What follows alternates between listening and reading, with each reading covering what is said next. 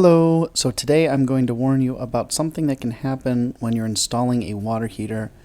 So I got called out to a customer's house for a new water heater, and upon inspection initially you'll see this little thing here. This is a burr. This happens to me a few times a year, but basically they fly into these chimney liners because it's warm, and then they get burnt to a crisp, unfortunately. So I usually just try and push them down the old water heater. So be prepared for that. If you do a water heater, you may come across a burr. See ya!